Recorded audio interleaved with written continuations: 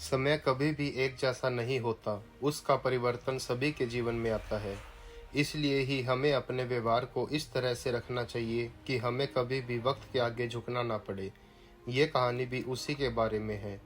पुराने समय की बात है, जब हमारा देश पूरी तरह से विकसित भी नहीं हुआ था और देश में छुआछूत बुरी तरह फैला हुआ था।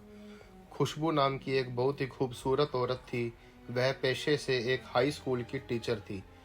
खुशबू स्कूल के बच्चों को पढ़ाने जाती थी, लेकिन उस स्कूल के बच्चों से वो बहुत दूर रहा करती थी। यहाँ तक कि वो बच्चों की किताबों तक को भी हाथ नहीं लगाती थी और सभी बच्चों को अपने से 1 फीट की दूरी से बात करने के लिए कहती थी। खुशबू सिर्फ अपने स्कूल में ही नहीं बल्कि अपने घर पर भी इसी तरह के नियम के साथ रहती थी। वो खुद सुंदर थी, इसलिए उसे सिर्फ सुंदर दिखने वाले लोगों के साथ ही दोस्ती करना और बातें करना पसंद था। खुशबू को छोटे बच्चे बहुत पसंद थे। वो उन्हें तोहफे देती, खाने की अच्छी अच्छी चीज़ें देती, पर उन्हें कभी अपनी गोद में नहीं बैठाती। वो दूर से ही उन्हें पुकारती और उनके साथ बात करती। खुशबू हर वक्त अपने आप को दूसरों से ज़्यादा स्वच्छ मानती थी और वो किसी को भी अपने पास नहीं आने देती थी। घर पर भी उसके बिस्तर, कपड़े आदि को वो परिवार के दूसरे सदस्यों के से दूर ही रखती थी और किसी को भी छूने नहीं देती थी। वक्त बीतता जा रहा था। अब खुशबू की उम्र 67 वर्ष हुई। उनके पास उनका एक बेटा रहता था। वक्त के बदलाव के साथ अब खुशबू का भी शरीर उसका साथ नहीं दे रहा था और उसे एक बहुत बुरी बीमारी हो गई।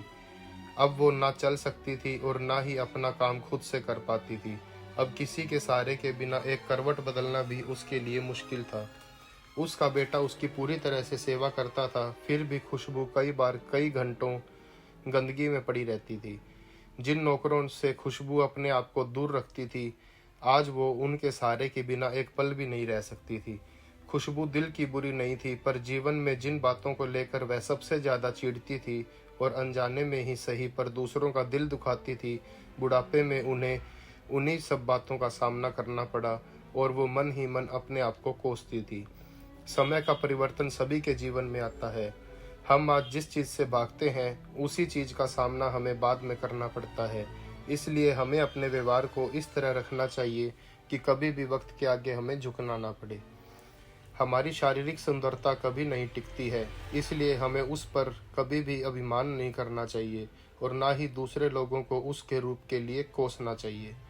अगर आपको हमारी स्टोरी अच्छी लगी हो तो अपने दोस्तों के साथ भी शेयर कीजिए और कमेंट में ज़रूर बताइए कि कैसी लगी हमारी स्टोरी।